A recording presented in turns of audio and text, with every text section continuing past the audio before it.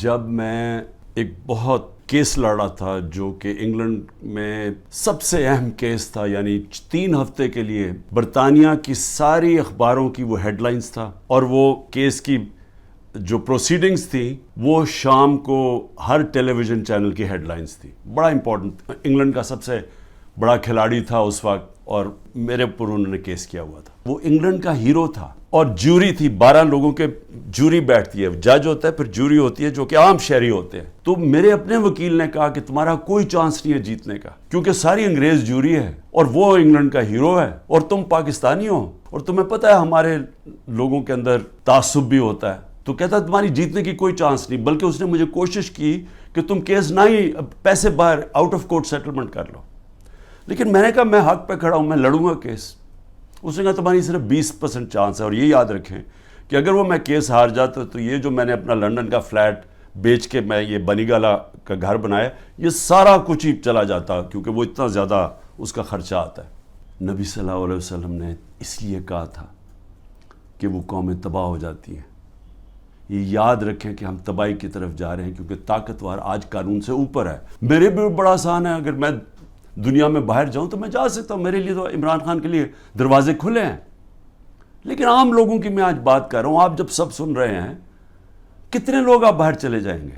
تو یہ تو وہ میرے نبی نے جو 1500 سال پہلے کہا، ہم تو وہ تیزی سے ادھر جا رہے ہیں. تو آج خواجہ آصف کا بیان آ گیا کہ 1 سال، ابھی 1 سال میری گورنمنٹ کو نہیں ہوا تھا، وہ کہتا تب سے سوچ رہا تھا کہ اس کو گرانے کا.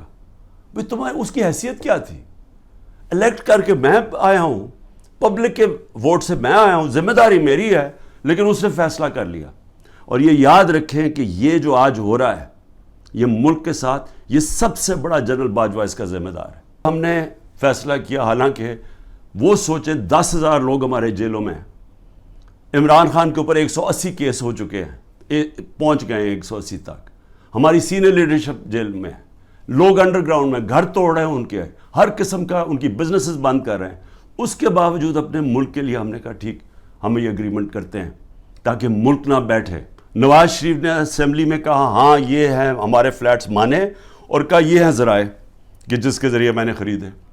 جب عدالت میں کیس شروع ہوا تو وہ ادھر سے اور کہانی بدل گئی، وہ ذرائع غائب ہو گئے. اس نے کہا جی قطری کھاتا آ گیا کہ جی قطریوں نے ہمیں یہ کوئی ڈیل ہوئی تھی، کوئی قطریوں سے ڈیل ہوئی تھی تو انہوں نے ہمیں یہ مفت کے دے دیے فلیٹ.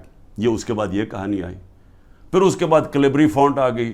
عدالت کے اندر مریم نواز نے جھوٹ بولا، کیونکہ وہ جو جس فونٹ جس سے جو لکھی گئے تھے کانٹریکٹ، جو اس نے اپنے بھائی کے ساتھ کانٹریکٹ دکھایا، وہ جو اگریمنٹ تھی وہ ابھی تک ایجاد ہی نہیں ہوئی تھی. جب اس نے وہ 2007 میں ہوئی، انہوں نے 2006 میں، کیونکہ جعلی کانٹریکٹ تھا. جھوٹ کی سیدھی 3 سال سزا ہوتی ہے.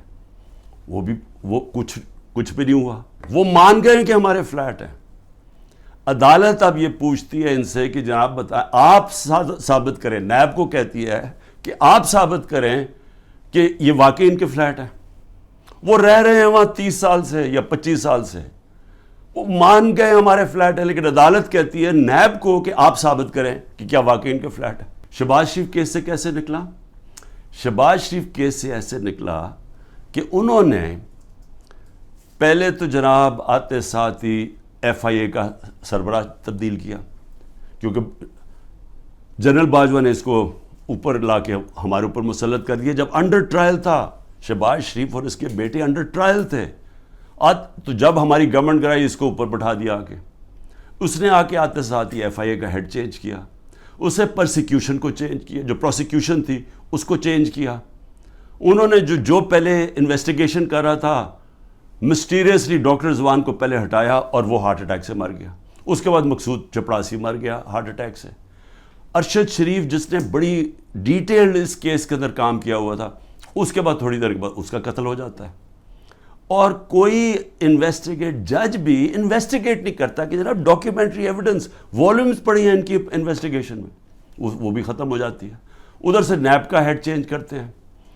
نیب کا ہیڈ جب چینج کرتے ہیں آفتاب سلطان، تو میں آج اس کو سلام کرتا ہوں کہ وہ جب آیا تو اس سے جب غلط کام کروانے کی کوشش کی، اس نے کہا میں نہیں کرتا، اور اس نے ریزائن کیا. پھر ایک اور آدمی کو لے کے ہیں جو موجودہ آدمی ہے، اور وہ سارے کیسز ان کے ختم. نیب بھی کیسز ختم، شہباز 8 ارب کے، اور یہ بھی کیس ختم، یہ جو 16 ارب روپے کے یہ جو ایف آئی اے کے کیس اب وہ بھی ختم ہو کیونکہ اپنے لوگوں پر بٹھا دیے. ہمارے 3.5 نیب کے سال میں 480 ارب روپیہ پاکستان نے نیب نے ریکور کیا چوری کا، کرپشن کا. 480 ارب روپیہ. اس سے پہلے سارے دور میں نیب نے 280 روپیہ ریکور کیا تھا. آج مجھے بتائیں کہ نیب سے کتنا پیسہ انہوں نے نیب نے کتنا پیسہ ریکور کیا؟ 1100 ارب روپیہ ریکور کرنا تھا. آج وہ کوئی پیسہ ریکور نہیں ہو رہا. اب نیب کا کام ہے کہ عمران خان کے اوپر کرو، یا جو ہمارے جو بھی اب مخالف ہیں ان سے پارٹی چھڑوانے کے لیے یا ان کو ڈرانے کے لیے. اب نیب کا صرف یہ کام رہ گیا. آصف زرداری کی کیس تھی، اس کی وہ اس نے سر محل خریدا ہوا تھا، وہ انہوں نے جا کے پورا کیس کر کے جب وہ بکا سر محل، پیسہ پاکستان آنا تھا، این آر او دے دیا، وہ پیسہ اپنے پاس رکھ لیا. $60 ملین سوئٹزرلینڈ میں پڑے ہوئے تھے. وہ پاکستان نے کیس کیا وہاں، وہ پیسہ پاکستان آنے لگا تھا، این آر او دیا، وہ واپس چلے گئے. ملک ریاض کو صرف میں نے اس لیے کہا کہ آپ یہ کر دیں پروجیکٹ کیونکہ ملک ریاض کی سپیڈ ہے، سب سے بڑا بلڈر ہے پاکستان میں. جو ملک ریاض نے 3 سال میں کام کیا ہے ہمارا یہ القادر میں، وہ ہمیں 14 سال 15 سال لگے نمل یونیورسٹی میں. یعنی اتنا کنسٹرکشن کا کام ہمیں 15 سال جو لگا وہ اس نے 3 سال میں کر دیا کیونکہ وہ سب سے بڑا بلڈر ہے. میرا تو یہ مقصد تھا. ملک ریاض نے کہا میں یہ خود ہی اسپانسر کرتا ہوں. اگر آج آپ یہ سمجھتے ہیں کہ جی کوئی اس میں غلط ہوا ہے، اس کو گورنمنٹ کے پاس آنا چاہیے، سپریم کورٹ کو آپ لکھیں کہ جی غلط آ گیا، اس کو پیسے کو وہاں کریں، اور اگر وہ ملک ریاض آبجیکٹ کرتا ہے ہم جا کے انگلینڈ میں کیس کریں گے، ہم جا کے وہ ثابت کریں گے، ہمیں ثابت کرنا پڑے گا. یاد رکھیں ہمارے اوپر ہے پھر گورنمنٹ پہ کہ ثابت کریں کہ جناب یہ پیسہ منی لانڈرنگ کا تھا. اب یہ جو بھی وکیل جانتے ہیں ان کو پتہ ہے کہ وہاں ثابت کرنا آسان نہیں ہے. بہرحال ابھی کر سکتے ہیں. تو اس میں عمران خان کا کیا فائدہ ہوا؟ پیسے پڑے ہیں سپریم کورٹ میں، دوسری طرف وہ القادر کھڑی ہوئی ہے، وہ ایک ٹرسٹ چل رہا ہے. ٹرسٹ ڈیڈ کے اندر لکھا ہوا ہے کہ کوئی بھی ٹرسٹی، یا عمران خان اور بشرا بیگم کو اس لیے بنایا کیونکہ ان کو سیرت نبی میں انٹرسٹ ہے. جب آپ ٹرسٹ بناتے ہیں لوگوں کو ان کو لے کے آتے ہیں جو کہ اپنا ٹائم دے سکیں، کیونکہ اس میں کوئی تنخواہ تو ملتی نہیں ہے، اس میں کوئی ٹی اے ڈی اے نہیں ملتا. میرے پہ الزام یہ ہے کہ جناب وہ جو گفٹ، جو میں نے چیزیں جو آئیں، اور جب میری پراپرٹی ہو جائے میں جو مرضی اسے کروں، میں اسے بیچوں، گفٹ دوں، کہ یہ میری پراپرٹی ہے. کبھی آج تک 70 سال میں کسی سے پوچھا ہے کہ جو آپ کو گفٹ ملی آپ نے اسے کیا کیا؟ کبھی کسی سے پوچھا آج تک؟ تو ان کو ایک چیز، جی عمران خان نے گفٹ وہ سستی لی توشہ خانہ سے، بھئی وہ کیبنٹ سیکٹری بھی اویلیبل ہے، وہ ایف بی آر کے لوگ بھی اویلیبل ہیں، وہ اپریزر بھی اویلیبل ہے.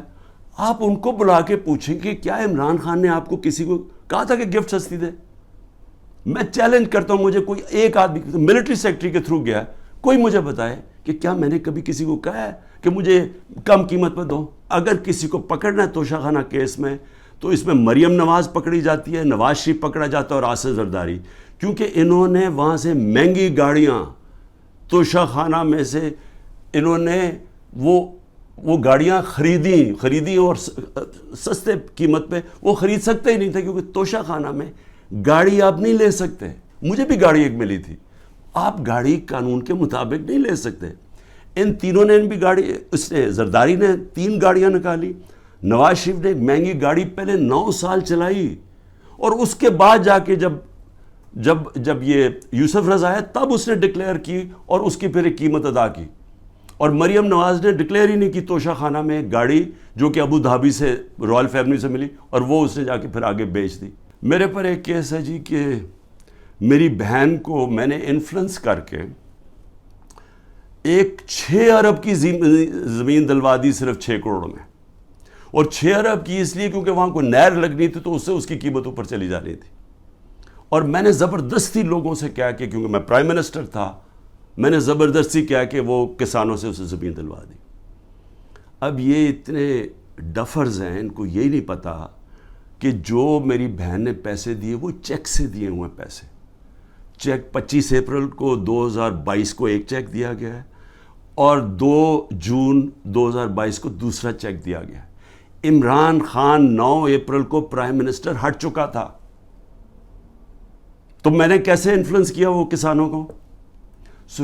اگر یہ ہے میرے اوپر کرپشن کے کیسز، باقاعدہ ڈیمونسٹریشن ہوتی ہے اس وکیل کے خلاف کہ اس نے ہمارا قتل کروایا ہے. عدالت کو وہی وکیل جا کے کہتا ہے کہ میرے کیسز سبی میں نہ لگاؤ، یہاں لگاؤ کیونکہ ہماری دشمنیاں ہیں.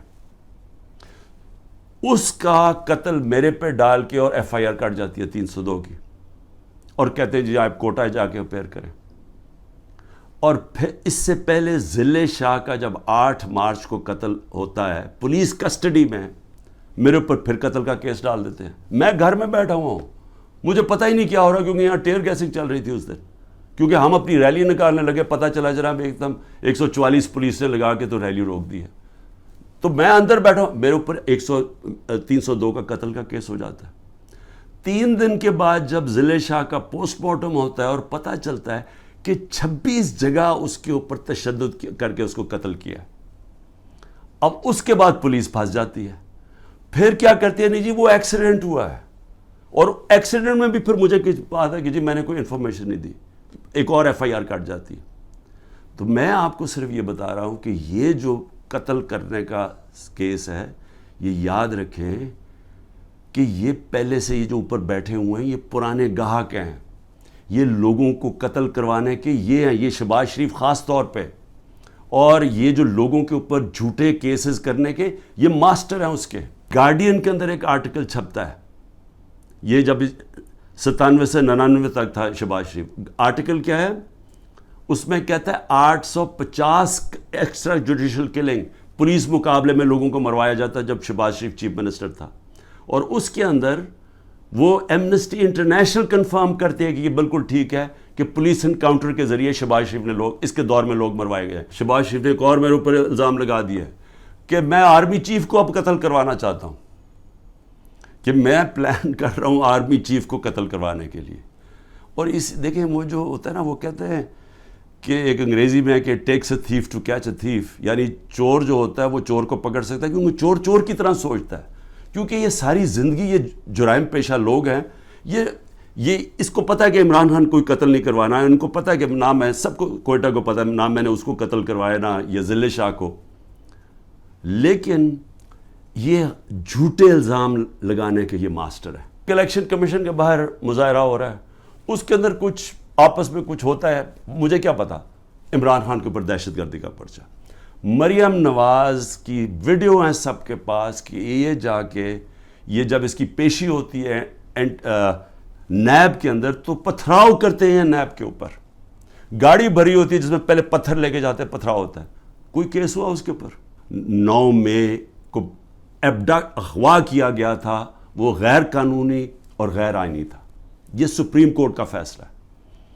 اب مظلوم میں ہوں، مجھے اٹھایا جا رہا ہے ایک دہشت گرد، ایک مجرم کی طرح، وہاں سے ڈنڈے مار کے. رینجرز نہیں کمانڈوز تھے، کیونکہ جو میرے 4-5 کمانڈوز تھے ان کو وہ تو ایک دم پہچان گئے کمانڈوز تھے. کمانڈو ایکشن میں جو مجھے وہاں سے اٹھایا گیا، میں سوال یہ پوچھتا ہوں کہ کس پاکستان کے پولیٹیکل لیڈر کو اس طرح کی اس کو ذلیل کیا گیا؟ بس جناب فوج کے خلاف کچھ ہو گیا، شہدا کے خلاف کچھ ہو گیا، اس کو اس مد میں ڈال کے کہ وہ بات نہیں کرتا کہ وہاں گولیاں چلائیں گئی، نہتے لوگوں کو مارا گیا. میں تو جب چیف جسٹس کے وہاں سامنے ہوا، انہوں نے بتایا کہ جی میں نے کہا میں سخت مذمت کرتا ہوں. 27 سال سے میں نے لوگوں کو کہا ہوا ہے کہ قانون کے بیچ میں رہ کے ہم نے ہمیشہ، اور رہے قانون کے بیچ میں، ہمیشہ احتجاج ہم نے قانون کے بیچ میں کیا. ہم نے جب 126 دن کا دھرنا دیا، مجھے بتائیں پاکستان کی تاریخ کا سب سے بڑا وہ ہمارا پروٹیسٹ تھا. کیا ہوا؟ کیا لڑائی؟ کوئی لڑائی ہوئی؟ کوئی لوگوں کو مارا دھاڑا؟ ساری دنیا آتی تھی، پروٹیسٹ کر کے چلی جاتی تھی. میں چیلنج کرتا ہوں کہ یہ جو ہوا ہے کور کمانڈر کا گھر، اس کے اوپر صحیح انویسٹیگیشن ہو، آپ کو پتہ چلے گا کہ پیچھے کتنی بڑی سازش ہوئی ہے. جو لوگوں کو جیلوں میں ڈالا، جو کر رہے ہیں لوگوں سے، یعنی میں کبھی نہیں سمجھتا تھا کہ یہ ملک اتنا نیچے چلا جائے گا، کہ ہماری اخلاقیات اتنی گر جائیں گی. نبی صلی اللہ علیہ وسلم جب جنگ بھی جانے سے پہلے کہتے تھے، نہ تم نے عورتوں کو مخالف دشمنوں کی، نہ عورتوں کو، نہ بچوں کو، نہ بوڑھوں کو، نہ درخت کاٹتے ہیں. یعنی اتنا دشمنوں کے خلاف تھا. جو ہمارے ساتھ ہو رہا ہے، اور نہ عورتیں دیکھتے ہیں، نہ بچے دیکھتے ہیں، نہ ان کی بزنسز دیکھتے ہیں. جس طرح کا ان کے رشتہ دار، ان کے جاننے والے سب کے اوپر پہنچ جاتے ہیں. یعنی ایسی کبھی میں نے اس طرح کا ظلم نہیں دیکھا جو ہمارے خلاف اس وقت ہو رہا ہے. اور آڑ کس کی لے رہے ہیں؟ جناب بہت بڑا ظلم کر دیا ہم نے 9 مئی کو. تو 9 مئی کو جو میرے سے ظلم ہوا، جو شروع ہی ہوا، جس کی وجہ سے سارا کچھ ریاکشن ہوا، اس کے اوپر تو کوئی انکوائری بھی نہیں ہوئی. ہر دوسرے دن ایک نیا دہشت گردی کا کیس بن جاتا، جو 180 تک پہنچ چکا ہوں. اور یہ اب ممکن ہی نہیں ہے میرے لیے کہ میں ساری جگہ بھاگا پھروں. کوئی میاں والی میں کیس ہے، فیصل آباد میں کیس، جدھر جی وہ 9 مئی کا بنا کے جس کو کیسز ہے. تو کوشش کر رہا ہوں، ملک سے تو نہیں بھاگوں گا. ہو سکے گا کہ ایک وقت ایسا آئے گا کہ میں یہ نہیں کر سکوں اور جیل میں ڈال دیں گے. ڈال دے، تیار ہوں میں جیل کے لیے. 14 مئی کو جب ہم دیکھ رہے ہیں کہ الیکشن نہیں کرنے جا رہے، تو ہم 6 مئی کو اپنی آئین کے لیے، کیونکہ آئینی طور پہ ان کو الیکشن کروانا چاہیے تھا 14 مئی کو. جب آئینی طور پہ الیکشن نہیں کر رہے تو ہمیں کیا پتہ چلتا ہے کہ جی ایک دم اسلام آباد میں ہم ریلیز نکال رہے ہیں. سارے ملک میں ریلیز نکل رہی ہیں. اسلام آباد میں ریلی نکلتی ہے 144 عمران خان کے اوپر، یہاں کیس ہو جاتا ہے. سارے پاکستان میں ریلیز نکل رہی ہیں، لیکن اسلام آباد میں جی کیونکہ 144 لگا دیا تھا. وہ 144 لگتا ہی صرف ہمارے لیے. مولانا فضل الرحمان نے ریڈ زون میں جا کے 144 کے دوران سپریم کورٹ کے باہر پورا گالیاں نکالی چیف جسٹس کو، عدالتوں کو گالیاں نکالی سپریم کورٹ کے چیف جسٹس کو کھڑے ہو کے. اور ان ساروں نے تقریریں کی ریڈ زون کے اندر. اس کے لیے 144 نہیں تھا، اس کو بلکہ فیسیلیٹیٹ کر رہی ہے حکومت جا کے وہ ریلی نکالنے کے لیے. یہ جو ہو رہا ہے نا، یہ عمران خان بنے پرائم منسٹر، الیکشن جیتے نہ جیتے، جیل میں جائے، لیکن مسئلہ تو پاکستان کا اس وقت.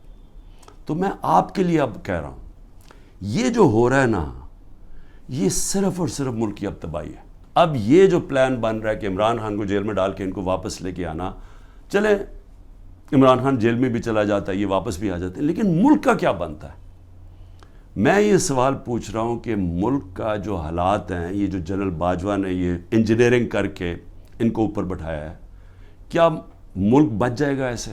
ہمارا جو آخری سال تھا 8.7 ارب ڈالر کا ہمارا ڈالر انکم میں اضافہ ہوا تھا، ایکسپورٹس میں اور ریمیٹنسز میں 8.7 ارب ڈالر کا اضافہ ہوا تھا.